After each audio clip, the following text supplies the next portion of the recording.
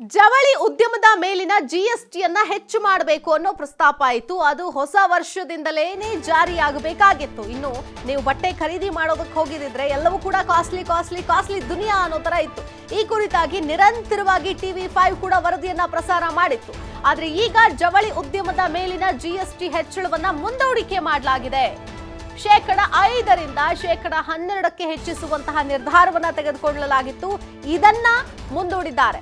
46ನೇ GST council ಸಭೆಯಲ್ಲಿ ಮಹತ್ವದ ನಿರ್ಧಾರವನ್ನ ತೆಗೆದುಕೊಳ್ಳಲಾಗಿದೆ. ವಿತ್ತ ಸಚಿವೆ ನಿರ್ಮಲಾ ಸೀತಾರಾಮನ್ ಅಧ್ಯಕ್ಷತೆಯಲ್ಲಿ ನಡೆದಂತಹ ಸಭೆ ಇದು.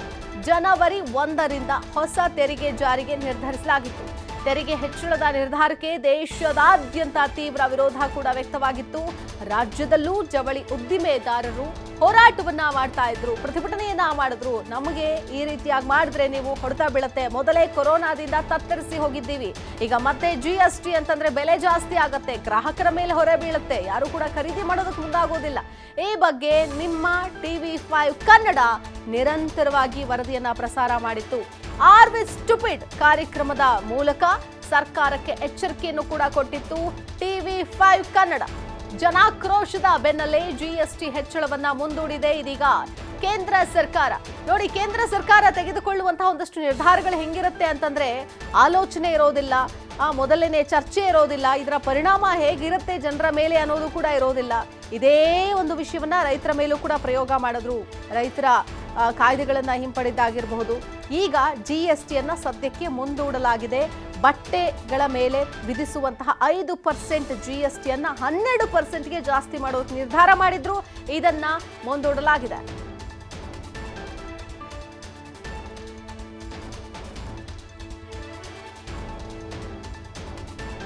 ಇನ್ನು ನಿಮ್ಮ TV5 ಕನ್ನಡದ ಆರ್ ವಿ ಸ್ಟುಪಿಡ್ ಕಾರ್ಯಕ್ರಮದಲ್ಲಿ ಈ ಕುರಿತಾದಂತಹ ವಿಸ್ತೃತ ವರದಿಯನ್ನ ಪ್ರಸಾರ ಮಾಡಲಾಗಿತ್ತು. ಸೊ ಹಾಗಾಗಿ ಏನು ನಮ್ಮ ಒಂದು ಅಮ್ಮೋಣ ಏನಿತ್ತು, ನಮ್ಮ ಆಗ್ರಹ ಏನಿತ್ತು, ಜನರ ಸಮಸ್ಯೆಗಳೇನಿತ್ತು ಅನ್ನೋದರ ವಿಸ್ತೃತ ಕುರಿತಾದಂತಹ ವರದಿ ನಿಮ್ಮ ಮುಂದೆ.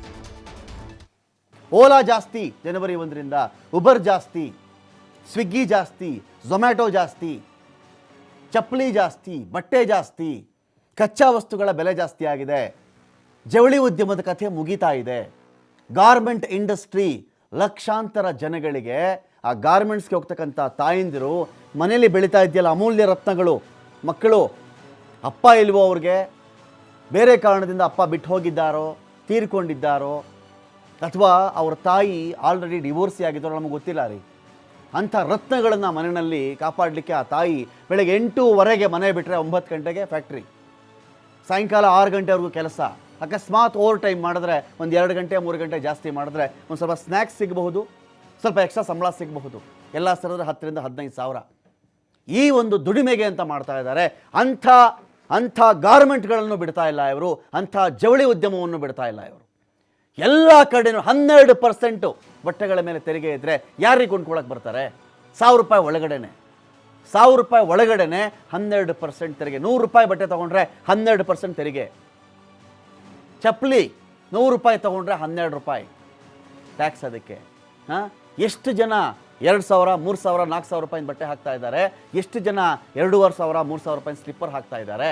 ಎಲ್ಲ ₹1,000 ಒಳಗಡೆ ತಾನೇ ಮ್ಯಾಕ್ಸಿಮಮ್ ನಂಬರ್. ನಿಮ್ಗೆ ಅದು ಎಲ್ಲಿವರೆಗೂ ಆತ್ಮತೃಪ್ತಿ ಆಗುತ್ತೋ ಬರೀರಿ. GST ವಿಷಯಕ್ಕೆ ಬನ್ನಿ. ಮಿಲಿಯನ್ ಗಟ್ಟಲೆ ಜನರ ಕೆಲಸ ಹೋಗ್ತಾ ಇದೆಯಲ್ರಿ ಬರೀ ಒಂದು ಜವಳಿ ಉದ್ಯಮದಲ್ಲಿ. ಒಂದು ಜವಳಿ ಉದ್ಯಮ ಮಿಲಿಯನ್ ಗಟ್ಟಲೆ ಜನರ ಕೆಲಸ ಹೋಗ್ತಾ ಇದೆ. ಹೇಳ್ತಾ ಇದ್ದಾರೆ ಉದ್ಯಮಿಗಳನ್ನು, ಉದ್ಯಮ ನಡೆಸ್ತಾ ಇರ್ತಕ್ಕಂಥವ್ರು ಇವ್ರು ಏನು ಮಾಡ್ತಾ ಇದ್ದಾರೆ ಗೊತ್ತಾಗ್ತಾ ಇಲ್ಲ ನಮಗೆ. ಎಲ್ಲಿಗೆ ತೆರಿಗೆ ಹಾಕ್ತಾ ಇದ್ದಾರೆ? 15% ಜನಗಳ ಬಳಿಯಿಂದ ತೆರಿಗೆ ವಸೂಲಿ ಮಾಡೋ ಸಲುವಾಗಿ 85% ಜನಗಳ ಬಳಿಯಿಂದ ತೆರಿಗೆ ವಸೂಲಿ ಮಾಡಿ ಇಡೀ ಇಂಡಸ್ಟ್ರಿಗೆ ಮಾರಕ ಆಗ್ತಾ ಇದ್ದಾರೆ. ನೂಲು, ಥ್ರೆಡ್ 60% ಜಾಸ್ತಿ ಆಗಿದೆ ರೀ. ನೂಲು, ಬರೀ ಥ್ರೆಡ್ ಬಗ್ಗೆ ಮಾತಾಡ್ತಾ ಇದ್ದೀನಿ, 60% ಜಾಸ್ತಿ ಆಗಿದೆ. ಸಹಜವಾಗಿ ಲಾಭ ಬರಲಪ್ಪ ಅಂತ 20% ಲಾಭ ಇಟ್ಟಿರ್ತಾರೆ.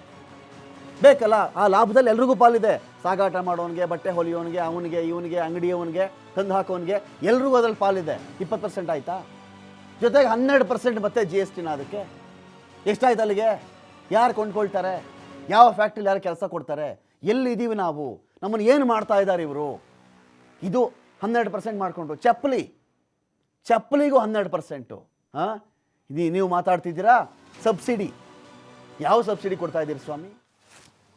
ಎಸ್, ಈ ಕುರಿತಾದಂತಹ ವಿಸ್ತೃತ ವರದಿ TV5 ನಲ್ಲಿ ನಿರಂತರ ಪ್ರಸಾರ ಆಗಿತ್ತು. ಅದರಲ್ಲೂ ಆರ್ವಿ ಸ್ಟುಪಿಡ್ನಲ್ಲಿ ಒಂದು ವಿಸ್ತೃತ ವರದಿಯನ್ನ ಪ್ರಸಾರ ಮಾಡಲಾಗಿತ್ತು. ಇದೀಗ ನಿರ್ಮಲಾ ಸೀತಾರಾಮನ್ ಅವರು ಈ ಒಂದು GST ಏರಿಕೆಯನ್ನ ಮುಂದೂಡಿದ್ದಾರೆ, ಬಟ್ಟೆಗಳ ಮೇಲಿನ ತೆರಿಗೆಯನ್ನು ಮುಂದೂಡಿದ್ದಾರೆ. ಹಾಗಾದ್ರೆ ಏನು ಹೇಳಿದ್ದಾರೆ ಇವತ್ತು ಕೇಳೋಣ. The issue again came up and it was decided that correction be made in several items, some of which came into effect immediately and some others like these two were pending for 1st January implementation, which is coming up tomorrow. Between September and say early December, there wasn't anything to be talked about or to be considered, but from December and actually during the session of the Parliament, representations started coming. Some delegations also came and met me, and on the 29th the letter also comes from the Chief Minister, from the Finance Minister of Gujarat, and therefore the emergency meeting. And what are the decisions of the emergency meeting, Council's meeting today? That we retain the status quo and not go to 12% from 5%, meaning don't do the correction now. In the case of textile was the only issue of this discussion in this emergency meet. Then, because again it's a question of inversion, several ministers also spoke about what are the long-term ways in which the council is going to look at correcting these kind of things, and also have a plan for revenue generation. There, as you all know, there is already a committee to look at the rate rationalization being headed by the then Finance Minister of Karnataka, who incidentally is the Chief Minister of Karnataka now. So under his convenership, there is a committee which is looking into rate rationalization, and it was decided today. Yes, ಈ ಕುರಿತು ಮತ್ತಷ್ಟು details ಕೊಡೋದಕ್ಕೆ ನಮ್ಮ ಪ್ರತಿನಿಧಿ ಸಂತೋಷ್ ನೇರ ಸಂಪರ್ಕದಲ್ಲಿ join ಆಗ್ತಾ ಇದ್ದಾರೆ ನ್ಯೂಸ್ ಡೆಸ್ಕ್ ಇಂದ. ಸಂತೋಷ್, ನೋಡ್ತಾ ಇದ್ದೀವಿ ಬಟ್ಟೆಗಳ ಮೇಲಿನ ತೆರಿಗೆಯನ್ನು ಹೆಚ್ಚು ಮಾಡೋದ್ರಿಂದ ಏನೆಲ್ಲ ಸಮಸ್ಯೆ ಆಗ್ತಾ ಇತ್ತು ಅನ್ನೋದರ ಕುರಿತಾದಂತಹ ಒಂದು ವಿಸ್ತೃತ ವರದಿಯನ್ನ TV5 ಕನ್ನಡ ಮೊದಲಿಗೆ ಪ್ರಸಾರ ಮಾಡುತ್ತೆ. ಸೊ ಈಗ ಜನರಿಗೆ ಹೊರೆ ಆಗುತ್ತೆ ಅಂತ ಇವ್ರಿಗೆ ಈಗ ಗೊತ್ತಾಯ್ತಾ? ಹಾಗಾದ್ರೆ ದೇಶದ ಜನರ ಬಗ್ಗೆ ಕಾಳಜಿ ಇಲ್ವಾ? ಅನೇಕ ತೆರಿಗೆಯನ್ನ GSTಯನ್ನ ಹೆಚ್ಚು ಮಾಡೋದಕ್ಕೆ ಮುಂದಾಗ್ತಾ ಇದ್ದಾರೆ. ಈಗ ಸದ್ಯಕ್ಕೆ ತಾತ್ಕಾಲಿಕವಾಗಿ ಹಿಂಪಡೆದಿದ್ದಾರೆ ಅಷ್ಟೇ, ಅಂದ್ರೆ ಮುಂದಕ್ಕೆ ಹಾಕಿದ್ದಾರೆ. ಮತ್ತಿನ್ ಯಾವಾಗ ಎಕ್ಸಿಕ್ಯೂಟ್ ಮಾಡ್ತಾರೋ ಗೊತ್ತಿಲ್ಲ. ಸಂತೋಷ್, ಎಲ್ಲದಕ್ಕಿಂತ ಮುಂಚೆ ಶಿಲ್ಪ, ನಾವು ಇದನ್ನು ನೋಡೋದಾದರೆ ಈ ಒಂದು ಬಟ್ಟೆ ಏನಿದೆಯಲ್ಲ, ಜವಳಿ ಉದ್ಯಮದ ಮೇಲೆ ಈ GSTಯನ್ನು ಹೆಚ್ಚಿಗೆ ಮಾಡಲಿಕ್ಕೆ ಪ್ರಮುಖ ಕಾರಣ ಏನಾಗಿತ್ತು ಇದನ್ನು ನಾವು ನೋಡೋದಾದರೆ, ಸರ್ಕಾರ ಮೊದಲಿಗೆ ಪೆಟ್ರೋಲ್ ಮತ್ತು ಡೀಸೆಲ್ನಲ್ಲಿ ಬೆಲೆಯನ್ನು ಕಡಿತಗೊಳಿಸಿದ ನಂತರ ಅಲ್ಲಿ ಏನು ಸರ್ಕಾರಕ್ಕೆ ಲಾಸ್ ಆಗ್ತಾ ಇತ್ತು, ಇದನ್ನು ನಾವು ಫುಲ್ಫಿಲ್ಮೆಂಟ್ ಮಾಡಿಕೊಳ್ಳಿಕ್ಕೆ ಏನು ಜವಳಿ ಉದ್ಯಮ ಇದೆ, ಈ ಜವಳಿ ಉದ್ಯಮದ ಮೇಲೆ ನಾವು ಟ್ಯಾಕ್ಸನ್ನು ಏರಿಕೆ ಮಾಡ್ತೇವೆ, ಜನವರಿ 1 ಈ ಟ್ಯಾಕ್ಸನ್ನು ಏರಿಕೆ ಮಾಡ್ತೇವೆ ಅಂತ ಸರ್ಕಾರ ಹೇಳುತ್ತೆ. ಆದರೆ ಸರ್ಕಾರ ಏನು ಪೆಟ್ರೋಲ್ ಮತ್ತು ಡೀಸೆಲ್ ಮೇಲೆ ಟ್ಯಾಕ್ಸನ್ನು ಕಡಿತ ಮಾಡಿತ್ತು, ಅನೇಕರು ಹೇಳ್ಬೋದು GST ಒಂದು ವೇಳೆ ಸರ್ಕಾರ ಟ್ಯಾಕ್ಸನ್ನು ಕಡಿಮೆ ಮಾಡ್ತಾ ಇದೆ ಅಂತಂದರೆ ಸರ್ಕಾರಕ್ಕೆ ನಷ್ಟ ಆಗತ್ತಲ್ಲ, ನಷ್ಟವನ್ನು ಫುಲ್ಫಿಲ್ಮೆಂಟ್ ಮಾಡೋದರಲ್ಲಿ ತಪ್ಪೇನಿದೆ ಅಂತ ಹೇಳಬಹುದು. ಆದರೆ ಸರ್ಕಾರವೇ ಕೊಟ್ಟಿರುವಂತಹ ಡೇಟಾದ ಪ್ರಕಾರ ಕಳೆದ ನವೆಂಬರ್ ಏನಿದೆ, ಈ ನವೆಂಬರ್ನಲ್ಲಿ GST ಯಾವಾಗಿಂದ ಇಂಪ್ಲಿಮೆಂಟ್ ಆಗಿದೆ ಆಗಿನಿಂದ ಸರ್ಕಾರದ ಟ್ಯಾಕ್ಸ್ ಏನಿದೆ ದ್ವಿತೀಯ ಅಂದರೆ ಅತಿ ಹೆಚ್ಚಿನ ಪ್ರಮಾಣದಲ್ಲಿ ಶೇಖರಣೆ ಆಗ್ತಾ ಇದೆ ಪ್ರತಿ ತಿಂಗಳು ಕೂಡ. ಹೀಗಾಗಿ ಟ್ಯಾಕ್ಸ್ ಮೇಲೆ ಯಾವುದೇ ರೀತಿಯಾದಂತಹ ವ್ಯತಿರಿಕ್ತ ಪರಿಣಾಮ ಬೀರದೇ ಇದ್ದರೂ ಕೂಡ ಸರ್ಕಾರ ಈ ಟ್ಯಾಕ್ಸನ್ನು ಯಾಕೆ ಹೇರ್ತಾ ಇತ್ತು? ಅಲ್ಲದೆ ಜವಳಿ ಉದ್ಯಮ ಏನಿದೆ ಇದು ಕೇವಲ ಈಗಿನಿಂದಲ್ಲ, ಯಾವಾಗ ಭಾರತದಲ್ಲಿ GST ಇಂಪ್ಲಿಮೆಂಟ್ ಆಯಿತೋ ಅವತ್ತಿನಿಂದಲೇ ಏನು ಜವಳಿ ಉದ್ಯಮ ಇದೆ ಇದರ ಮೇಲೆ ಒಂದು ವ್ಯತಿರಿಕ್ತವಾದಂತಹ ಪರಿಣಾಮ ಆಗಿದೆ. ಬಹುದೊಡ್ಡದಾಗಿರುವಂತಹ ಒಂದು ಸಮಸ್ಯೆಯನ್ನು ಎದುರಿಸಿದೆ ಜವಳಿ ಉದ್ಯಮ. ಸರ್ಕಾರವೇ ಕೊಟ್ಟಿರುವಂತಹ ಡೇಟಾದ ಪ್ರಕಾರ ದೇಶದಲ್ಲಿ 2017ರವರೆಗೆ ಅಂದರೆ GSTಯನ್ನು ಇಂಪ್ಲಿಮೆಂಟ್ ಮಾಡಿದ ನಂತರ 2017ರಲ್ಲಿ ಒಟ್ಟು 682 ಏನು ಟೆಕ್ಸ್ಟೈಲ್ ಮಿಲ್ಸ್ ಇದ್ದಾವೆ, ಟೆಕ್ಸ್ಟೈಲ್ ಮಿಲ್ಸು ಕಂಪ್ಲೀಟ್ ಆಗಿ ಕ್ಲೋಸ್ ಆಗಿ ಹೋಗಿದ್ದಾವೆ. ಅಲ್ಲದೆ 2 ವರ್ಷ ಕಳೆದ 2 ವರ್ಷ ಈ ದೇಶದಲ್ಲಿ ಕೋವಿಡ್ ಪ್ಯಾಂಡಮಿಕ್ ಇತ್ತು, ಇಡೀ ಜಗತ್ತನ್ನು ಬಾಧಿಸಿದೆ. ಅದರಲ್ಲಿ ದೇಶವನ್ನು ಅತಿ ಹೆಚ್ಚು ಕಾಡಿದ್ದು ಈ ಜವಳಿ ಉದ್ಯಮಕ್ಕೆ. ಯಾಕಂದರೆ ಒಬ್ಬರು ಕೆಲಸಗಾರರು ಕೂಡ ಸಿಗಲಿಲ್ಲ. ಅನೇಕ ಕೆಲಸಗಾರರು ಕೋವಿಡ್ ಬಂದು ಸತ್ತು ಹೋದರು, ಅವರಿಗೂ ಕೂಡ ಪರಿಹಾರ ಸಿಗಲಿಲ್ಲ. ಅಲ್ಲದೆ ನಮ್ಮ ಏನು ಈ ಹಿಂದೆ ಕಾರ್ಮಿಕ ಸಚಿವರಾಗಿದ್ದಂತಹ ಶಿವರಾಮ್ ಹೆಬ್ಬಾರ್ ಅವರು ಇವರೇ ಹೇಳ್ತಾರೆ, ಕನಿಷ್ಠ ಏನು ಜವಳಿ ಉದ್ಯಮದಲ್ಲಿ ಪ್ರಾರಂಭ ಆದ ನಂತರ ಸರ್ಕಾರ ಪರ್ಮಿಷನ್ ಕೊಟ್ಟ ನಂತರ ಕೋವಿಡ್ನ ನಂತರ ಏನು ಪ್ರಾರಂಭ ಆಯಿತು ಆಗಿನಿಂದ ಸರಿಸುಮಾರು 1 ಲಕ್ಷಕ್ಕೂ ಹೆಚ್ಚು ಕಾರ್ಮಿಕರು, ಮಹಿಳಾ ಕಾರ್ಮಿಕರೇನಿದ್ದಾರೆ ಅವರಿಗೆ ಕೆಲಸದಿಂದ ಹೊರತೆಗೆಯಲಾಗಿದೆ, ಅವರನ್ನು ವಾಪಸ್ ಕೆಲಸಕ್ಕೆ ಸೇರಿಸಿಕೊಳ್ಳಲಾಗಿಲ್ಲ. ಇದನ್ನು ಖುದ್ದು ಕಾರ್ಮಿಕ ಸಚಿವರೇ ಹೇಳಿದ್ದು. ಸರಿಸುಮಾರು 3 ಲಕ್ಷದಷ್ಟು ಜನ ಏನಿದ್ದಾರೆ ಮಹಿಳಾ ಕಾರ್ಮಿಕರು ಈ ಜವಳಿ ಉದ್ಯಮದಲ್ಲಿ ಕೆಲಸ ಮಾಡ್ತಾ ಇದ್ದಾರೆ. ಇದರಲ್ಲಿ 1 ಲಕ್ಷಕ್ಕೂ ಹೆಚ್ಚು ಜವಳಿ ಉದ್ಯಮದಲ್ಲಿ ಕೆಲಸ ಮಾಡ್ತಾ ಇದ್ದಂತಹ ಮಹಿಳಾ ಕಾರ್ಮಿಕರಿಗೆ ಈವರೆಗೆ ಕೆಲಸ ಸಿಕ್ಕಿಲ್ಲ. ಇದನ್ನು ಖುದ್ದು ಕರ್ನಾಟಕ ಸರ್ಕಾರವೇ ಹೇಳಿದೆ. ಅಲ್ಲದೆ ಇದರ ಜೊತೆಗೆ ಸರ್ಕಾರ ಏನು ಮಾಡುತ್ತೆ ಅಂತಂದರೆ 45ನೇ GST ಮೀಟಿಂಗ್ ಏನು ಕೌನ್ಸಿಲಿಂಗ್ ಮೀಟಿಂಗ್ ಏನು ನಡೆಯುತ್ತೆ, ಈ ಮೀಟಿಂಗಲ್ಲಿ ಸೆಪ್ಟೆಂಬರ್ 17ಕ್ಕೆ ನಡೆಯುತ್ತೆ. ಈ ಮೀಟಿಂಗಲ್ಲಿ ಸರ್ಕಾರ ಏನು ಹೇಳುತ್ತೆ ಅಂತಂದರೆ ವಿತ್ತ ಸಚಿವೆ ನಿರ್ಮಲಾ ಸೀತಾರಾಮನ್ ಅವರು, ನಾವು ಈ ಏನು ಜವಳಿ ಉದ್ಯಮ ಇದೆ ಈ ಜವಳಿ ಉದ್ಯಮದ ಏನು 5% GST ಟ್ಯಾಕ್ಸ್ ಇದೆ ಈ ಟ್ಯಾಕ್ಸನ್ನು ನಾವು 12%ಗೆ ಏರಿಕೆಯನ್ನು ಮಾಡ್ತೀವಿ ಅನ್ನುವಂತಹ ಒಂದು ಘೋಷಣೆಯನ್ನು ಮಾಡ್ತಾರೆ.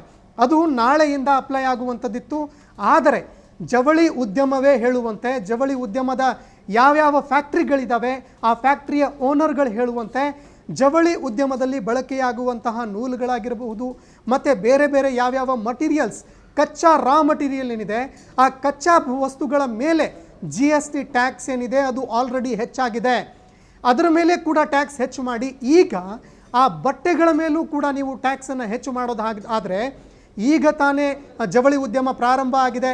ಜವಳಿ ಉದ್ಯಮ ವಲಯ ಹೇಳುವಂತೆ ಈಗ ಮೊದಲೇನು ಆದಾಯ ಬರ್ತಾ ಇತ್ತು ಅದರ 50% ಆದಾಯ ಈಗ ಬರ್ತಾ ಇದೆ.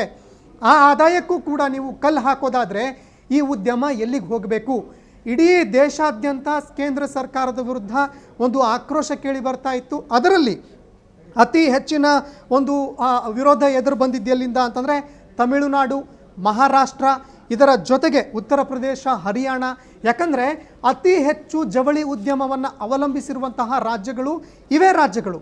ಮತ್ತು ಕೋವಿಡ್ನ ಸಂದರ್ಭದಲ್ಲಿ ಅತಿ ಹೆಚ್ಚು ಜವಳಿ ಉದ್ಯಮದ ಫ್ಯಾಕ್ಟ್ರಿಗಳು ಕೂಡ ಕ್ಲೋಸ್ ಆಗಿದ್ದಾವೆ. ಇನ್ನು ನಾವು ಇದನ್ನು ತಗೊಳ್ಳೋದಾದರೆ ಈ ಜವಳಿ ಉದ್ಯಮದ ಮೇಲೆ ಬಹುದೊಡ್ಡ ವ್ಯತಿರಿಕ್ತ ಹೊಡೆತ ಎಲ್ಲಿ ಬೀಳುತ್ತೆ ಅಂತಂದರೆ ಜವಳಿ ಉದ್ಯಮದಲ್ಲಿ 80% ಏನು ಇದೆ ಜನ ಕೆಲಸ ಮಾಡ್ತಾ ಇದ್ದಾರೆ ಅವರು ನಾನ್ ರೆಜಿಸ್ಟರ್ಡ್ ಅಂದರೆ ಅಸಂಘಟಿತ ಕಾರ್ಮಿಕ ವಲಯ ಇದೆ. 80% ಅಸಂಘಟಿತ ಕಾರ್ಮಿಕ ವಲಯ ಏನಿದೆ ಇವರಿಗೆ ಏನು ಸರ್ಕಾರದಿಂದ ಸಿಗುವಂತಹ ಬೆನಿಫಿಟ್ಸ್ ಏನಿದ್ದಾವೆ ಅವು ಕೂಡ ಸಿಗೋದಿಲ್ಲ. ಸರ್ಕಾರ ಹೇಳ್ತಾ ಇದೆ ನಾವು ಜವಳಿ ಉದ್ಯಮದಲ್ಲಿ ಕೆಲಸ ಮಾಡ್ತಾ ಇರೋರಿಗೆ ಇಷ್ಟೆಲ್ಲ ಕೊಡ್ತಾ ಇದ್ದೀವಿ, ಜವಳಿ ಉದ್ಯಮ ಫ್ಯಾಕ್ಟ್ರಿಯವರಿಗೆ ನಾವು ಸಾಲದ ರೂಪದಲ್ಲಿ ಕೊಡ್ತಾ ಇದ್ದೀವಿ, ಅವರಿಗೆ ಟ್ಯಾಕ್ಸನ್ನು ಕಡಿಮೆ ಮಾಡುವ ನಿಟ್ಟಿನಲ್ಲಿ ಕೂಡ ನಾವು ಯೋಜನೆಗಳನ್ನು ರೂಪಿಸ್ಕೊಳ್ತಾ ಇದ್ದೀವಿ. ಆದರೆ ಅಸಂಘಟಿತ ವಲಯ 80% ಇದೆ. ಇಲ್ಲೇನು ಮಾಡ್ತೀರಿ ನೀವು? ಈ 80%ಅಲ್ಲಿ ಕೆಲಸ ಮಾಡ್ತಾ ಇರುವಂತಹ ಕಾರ್ಮಿಕರಾಗಿರಬಹುದು, ಸಣ್ಣ ಪುಟ್ಟ ಏನು ಮೈಕ್ರೋ ಸಣ್ಣ ಪುಟ್ಟ ಉದ್ಯಮಗಳಿವೆ ಅವಕ್ಕೂ ಕೂಡ ಬಹುದೊಡ್ಡ ಹೊಡೆತ ಬೀಳುವಂಥದ್ದಾಗಿತ್ತು. ಇಲ್ಲಿ ಈ ಕಾರಣಕ್ಕೋಸ್ಕರ ಇಡೀ ದೇಶಾದ್ಯಂತ